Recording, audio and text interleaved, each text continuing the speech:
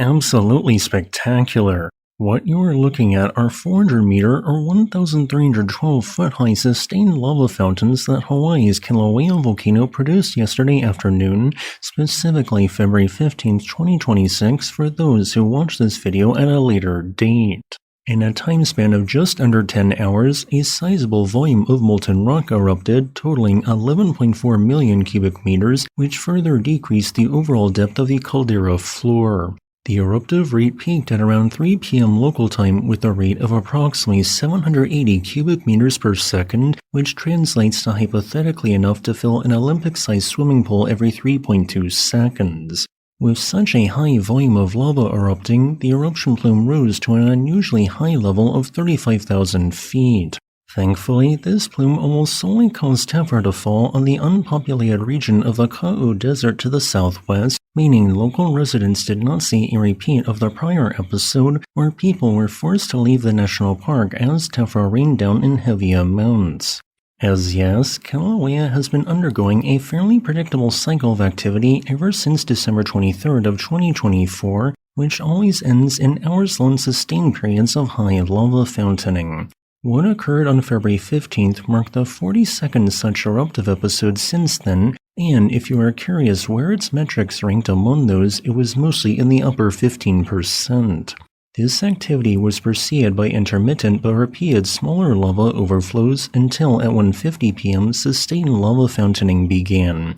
As lava fountain heights grew higher and higher, it only took 22 minutes for the North Vents fountains to reach a height of more than 300 feet.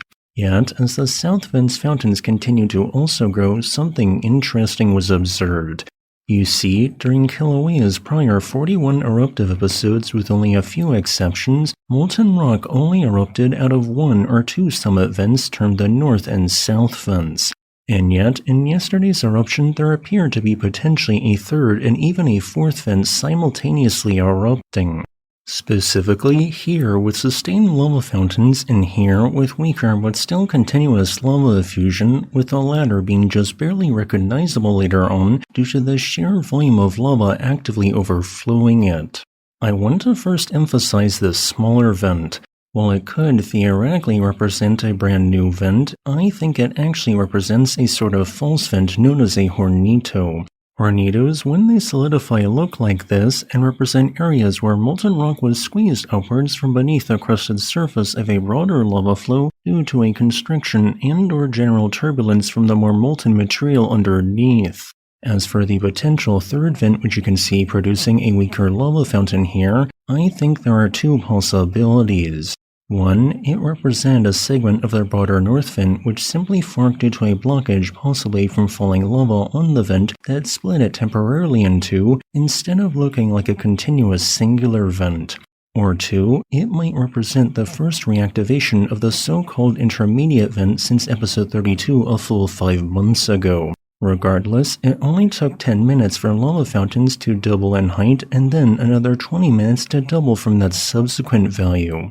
At 3 p.m., the highest lava fountains of 1,312 feet were reached. Afterwards, activity would stabilize until 4:50 p.m., after which a slow and steady decline in eruptive activity was observed. The eruptive episode then ceased at 11:38 p.m. Now, due to a nice trend Kilauea's recent eruptive episodes have produced, I can give a broad forecast as to when its next eruptive episode, episode 43, might begin. Using these trends, I suggest that episode 43 of sustained lava fountaining at Kilauea will begin sometime between February 27, 2026 and March 13, 2026.